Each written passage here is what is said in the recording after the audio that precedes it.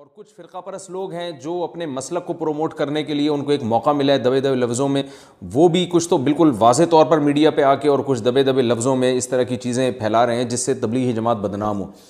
تو کل سے مسلسل لوگوں کی کالز آ رہی ہیں، دوست احباب کی بھی، کہ بھائی آپ تبلیغ کے بارے میں کچھ بتاتا ہوں لیکن فتنے کے علاوہ کچھ بھی نہیں ہوگا۔ عربی میں کتاب ہے ان کی، میں نے خود پڑھی ہے، بہت بڑے چوٹی کے عالم اور بڑے نیک پرہیزگار، کتاب میں کیا لکھ رہے ہیں؟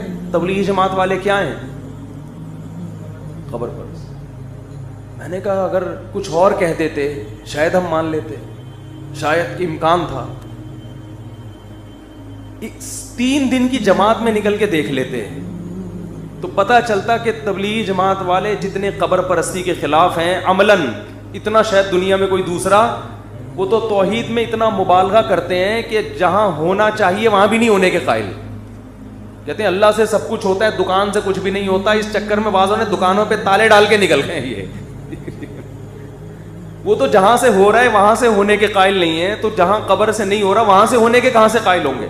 لیکن کیا ہے، فتنہ پرست لوگوں نے علماء دیوبند کی کتابوں کو سے تروڑ مروڑ کے چیزیں نکال نکول کے ایسا ملغوبہ بنا کے عرب علماء کے سامنے پیش کیا کہ وہ بھی کنفیوژن کا شکار ہوئے ہیں۔ میں نے کہا یہ بزرگ عالم ایک دفعہ ادھر پاکستان یا ہندوستان آ جائے، میں ان کو شب جمعہ میں لے کے جاؤں گا اور کہوں گا ان کا بیان شروع اس سے ہوتا ہے کہ اللہ سے ہوتا ہے، اللہ کے غیر سے نہیں، درمیان میں بھی یہ اور ختم بھی اسی پہ۔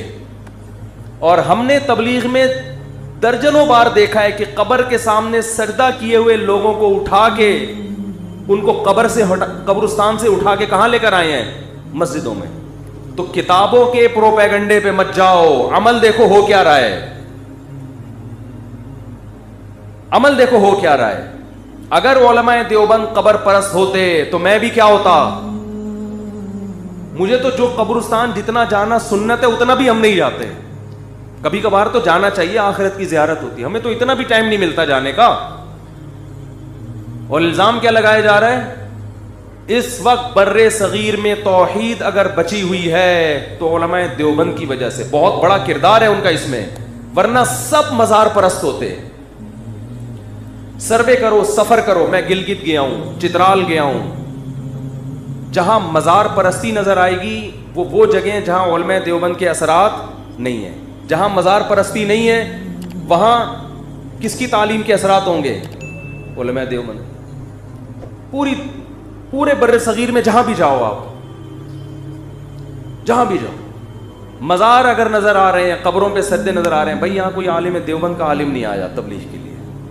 اور جہاں میں گلگت کے ایسے دیہاتوں میں گیا جہاں ایک بالش سے اونچی قبر نہیں ہے، سب مٹی کی قبریں، ایک بالش سے اونچی کوئی قبر نہیں، بڑے بڑے قبر۔ میں حیران، یار تم گاؤں دیہات کے لوگ، تمہیں اتنا شعور، تو سلسلہ جا کے کہاں ملے گا؟ جاء عالم من دیوبند، کہاں سے ایک عالم آئے تھے؟ دیوبند۔ وہ سب مزار ختم کر کے چلے گئے۔ تو کتابوں میں توڑ موڑ کے مشکل کشا فلانا، بھائی وہ ذو معنی الفاظ ہیں، جیسے حضرت جبریل نے کہا میں تجھے ہبا کرنا چاہتا ہوں، مطلب یہ تھا میں نہیں، ذریعہ کون بن رہا ہے؟ میں، اس لیے اپنی طرف فی الحال شارٹ کٹ بات کی ہے میں نے، ٹھیک ہے نا، کیونکہ سب کو پتا ہے کہ اللہ کے علاوہ کوئی اولاد نہیں دے سکتا، ان شارٹ۔ تو بھائی اپنے عقیدے کو مضبوط کرو، اسلام توحید کے معاملے میں بہت حساس ہے۔ مدد صرف کس سے مانگی جائے گی؟ اللہ سے۔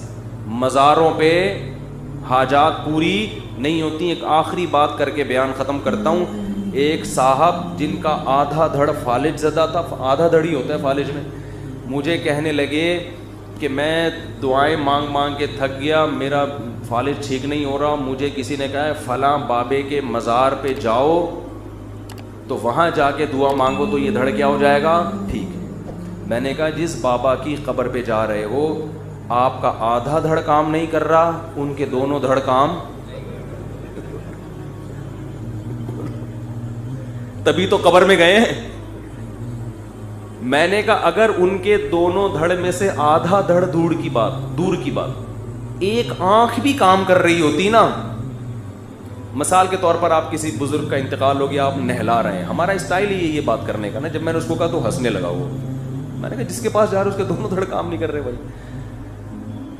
تو میں نے کہا اگر پھٹے پہ ان بزرگ کو جب نہلانے کے لیے لٹایا تھا ان کا آدھا دھڑ کام کرنے لگتا.